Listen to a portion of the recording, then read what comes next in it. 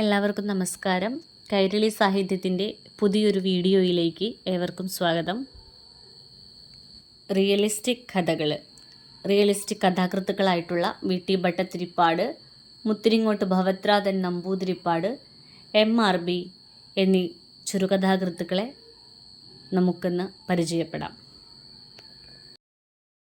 Realistic കഥകൾ ലേഖനങ്ങളിൽ കൂടിയും പരിഭാഷകളിൽ കൂടിയും പാശ്ചാത്യ സാഹിത്യത്തിൽ പ്രചരിച്ചിരുന്ന പ്രസ്ഥാനങ്ങളെയും ദർശനങ്ങളെയും ഒക്കെ മലയാളികൾക്ക് പരിചയപ്പെടുത്തി കൊടുത്തത് കേസരി ബാലകൃഷ്ണപിള്ളയായിരുന്നു. അദ്ദേഹമാണ് ഈ റിയലിസ്റ്റിക് പ്രസ്ഥാനത്തിൻ്റെ തുടക്കത്തിന്, ആവിർഭാവത്തിനും വളർച്ചയ്ക്കുമൊക്കെ കാരണക്കാരനായത്. പണ്ടത്തെ കഥകളൊക്കെ ആലോചിച്ചൊക്കെ ദ്വാരകയൊക്കെ പോലുള്ള സ്വപ്നങ്ങളിലും സ്വാഭാവികമല്ലാത്ത രീതിയിലും കുരുങ്ങിക്കിടന്നിരുന്ന കഥാകൃത്തുക്കൾ പിന്നീട് ജീവിത യാഥാർത്ഥ്യങ്ങളിലേക്ക് തിരിയാൻ തുടങ്ങി. ചുറ്റുമുള്ള നിന്ദിതരും പീഡിതരുമായ ജനങ്ങളുടെ അനുഭവങ്ങളും സാഹചര്യങ്ങളും അവർ ആവേശത്തോടെ ചിത്രീകരിക്കാൻ തുടങ്ങി. മനുഷ്യൻ്റെ മൗലിക ജീവിത പ്രശ്നങ്ങളിലേക്കും ജീവിത സത്യങ്ങളിലേക്കും എഴുത്തുകാർ തിരിഞ്ഞു. സമൂഹത്തിൻ്റെ പ്രശ്നങ്ങൾ, കാലഘട്ടത്തിൻ്റെ നന്മകൾ, തിന്മകൾ, മനുഷ്യരുടെ സങ്കീർണങ്ങളായ സ്വഭാവങ്ങൾ, ഇതൊക്കെ യഥാർത്ഥമായി ചിത്രീകരിച്ചു കൊണ്ടുള്ള കഥകൾ മലയാള കഥാസാഹിത്യത്തിൽ പുതിയൊരു കാലഘട്ടത്തിന് തുടക്കം കുറിച്ചു. ജീവിതത്തിൻ്റെ നേരനുഭവങ്ങൾ കഥകൾക്ക് വിഷയമാവാൻ തുടങ്ങി. ഇത്തരത്തിൽ പുരോഗമന ആശയങ്ങൾ ഉൾക്കൊണ്ടുകൊണ്ട് 30കളിലും 40കളിലുമൊക്കെ ധാരാളം ചെറുകഥാകൃത്തുക്കൾ ഉദയം കൊണ്ടു. അവരിൽ ഏറ്റവും പ്രധാനപ്പെട്ടവരാണ് വി.ടി. ഭട്ടതിരിപ്പാട്, മുത്തിരിങ്ങോട്ട്, അതുപോലെ തന്നെ MRB. നമ്പൂതിരി സമുദായത്തിൻ്റെ ദുരാചാരങ്ങളെയും അനീതികളെയും നേരിട്ടെതിർക്കുകയും സമുദായത്തിൻ്റെ പുരോഗതിക്ക് വേണ്ടി പ്രവർത്തിക്കുകയും ചെയ്തവരാണിവർ.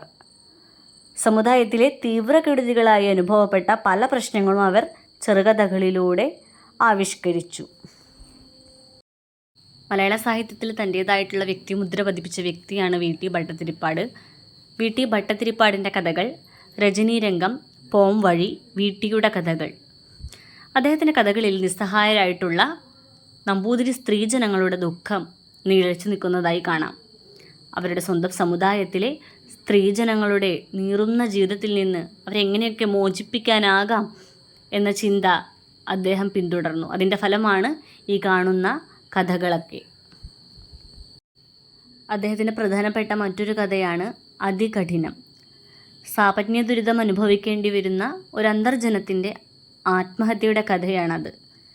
യൗവനാരംഭത്തിലെ പ്രേമാങ്കുരം വാടിക്കരിഞ്ഞ് ബാലവിധവയും അനാഥയുമായി തീർന്ന താത്രിയുടെ ദുരന്തം ആവിഷ്കരിക്കുന്ന കഥയാണ് സ്വപ്നമോ മായയോ മന്മതി ഭ്രാന്തിയോ. വീട്ടിയുടെ പോംവഴി എന്ന കഥാസമാഹാരത്തെ വിലയിരുത്തിക്കൊണ്ട് PC കുട്ടിക്കൃഷ്ണൻ എഴുതി, ഈ കഥകളൊക്കെ വിപ്ലവാത്മകങ്ങളാണോ? വിപ്ലവത്തിന് നിങ്ങൾ കൊടുക്കുന്ന നിർവചനത്തിനനുസരിച്ചിരിക്കും ഉത്തരം. സമുദായ ബന്ധത്തെ ആകെ അട്ടിമറിച്ച് ഒരു പുതിയ വ്യവസ്ഥയെ കൈവരുത്തുന്നതേ വിപ്ലവമാകുന്നുവെങ്കിൽ ഈ കഥകൾ വിപ്ലവാത്മകങ്ങളല്ല. അതല്ല, സമുദായ പരിഷ്കരണ സംഭവങ്ങളെല്ലാം ഒരു സമഗ്ര വിപ്ലവത്തിലേക്കുള്ള വഴിച്ചാലുകളാണെന്ന് വിശ്വസിക്കുകയാണെങ്കിൽ സ്വാനുഭവങ്ങൾ ഊറിക്കൂടിയ ഈ കഥകൾ വിപ്ലവാത്മകങ്ങൾ തന്നെ. വീട്ടിയെ പോലെ തന്നെ നമ്പൂതിരി സമുദായത്തിലെ സ്ത്രീകളുടെ ദുരിത ജീവിതം ചിത്രീകരിച്ച കഥാകൃത്താണ് മുത്തിരിങ്ങോട്ട് ഭവത്രാധൻ നമ്പൂതിരിപ്പാട്. സ്ത്രീധനം, വിധവാ വിവാഹം, പ്രേമഭംഗം മുതലായിട്ടുള്ള വിഷയങ്ങൾ ആധാരമാക്കിയാണ് മുത്തിരിങ്ങോട്ട് ഭവത്രാധൻ നമ്പൂതിരി കഥകൾ രചിച്ചത്. അദ്ദേഹത്തിൻ്റെ ചെറുകഥകൾ പൂങ്കുല, ആത്മാഹുതി എന്നീ കൃതികളിൽ സമാഹരിച്ചിരിക്കുന്നു. സ്ത്രീധന സമ്പ്രദായം നമ്പൂതിരി ഭവനങ്ങളെ എങ്ങനെ തകർത്തെറിയുന്നു എന്നതിൻ്റെ ശക്തമായിട്ടുള്ള ആവിഷ്കാരമാണ് ആത്മാഹുതി. ഒരു വിധവയുടെ ദയനീയമായ ജീവിതത്തിൻ്റെ ചിത്രീകരണമാണ് വിധവയുടെ വിധി. പുരുഷൻ്റെ ദുർമാർഗ ചാരിത്രത്തെയും സ്ത്രീയുടെ അശരണത്വത്തെയും ചിത്രീകരിക്കുന്ന ഒരു കഥയാണ് കൂരിരുട്ടിൽ. ഈ കഥ പടുകിണറ്റിൽ എന്ന പേരിലാണ് 1937 മാതൃഭൂമിയിൽ പ്രസിദ്ധീകരിച്ചത്. വിവാഹത്തിന് മുമ്പ് തന്നെ സ്ത്രീയെ ചതിച്ച് രക്ഷപ്പെടുന്ന പുരുഷനെ മരണത്തിൻ്റെ മടിയിൽ എന്ന കഥയിൽ ചിത്രീകരിക്കുന്നു.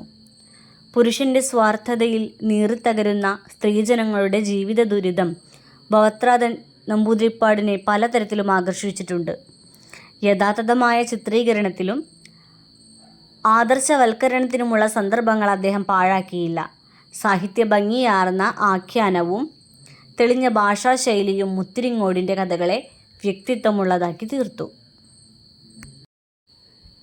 എം.ആർ. ഭട്ടതിരിപ്പാട് വ്യക്തിജീവിതത്തിലെ നെറികേടുകളെയും ചതികളെയും ജീവിത ദുരിതങ്ങളെയും സത്യസന്ധമായി ആവിഷ്കരിച്ച കഥാകൃത്താണ് എം.ആർ.ബി.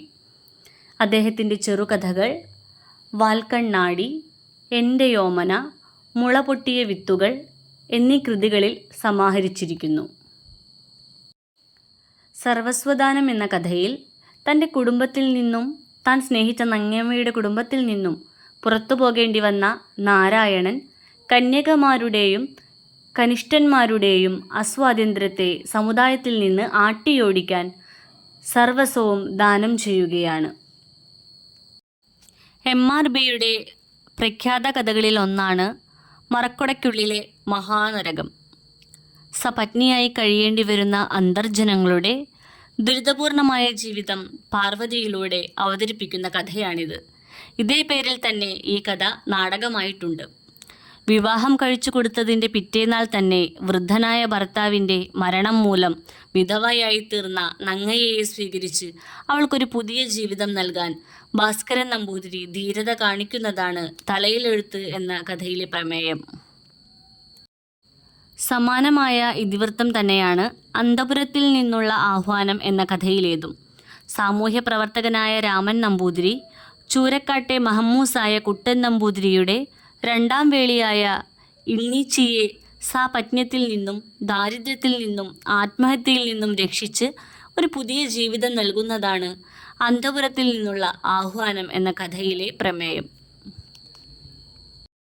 സാമുദായിക പ്രശ്നങ്ങൾ അവതരിപ്പിക്കുമ്പോൾ പ്രകടിപ്പിക്കാറുള്ള ആവേശവും വീറും മറ്റു വിഷയങ്ങൾ പ്രമേയമാക്കി ചെറുകഥകൾ രചിക്കുമ്പോൾ എം.ആർ.ബിയിൽ കാണുകയില്ല.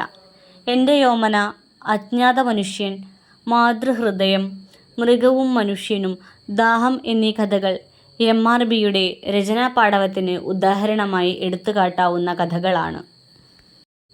വീട്ടിയുടേതിനേക്കാൾ വർണ്ണപ്പൊലിമ കുറഞ്ഞ കാവ്യാത്മക ശൈലിയിൽ സ്തോഭചൈതന്യാവഹമായ വർണ്ണനകളാണ് എം.ആർ.ബിയുടേത്.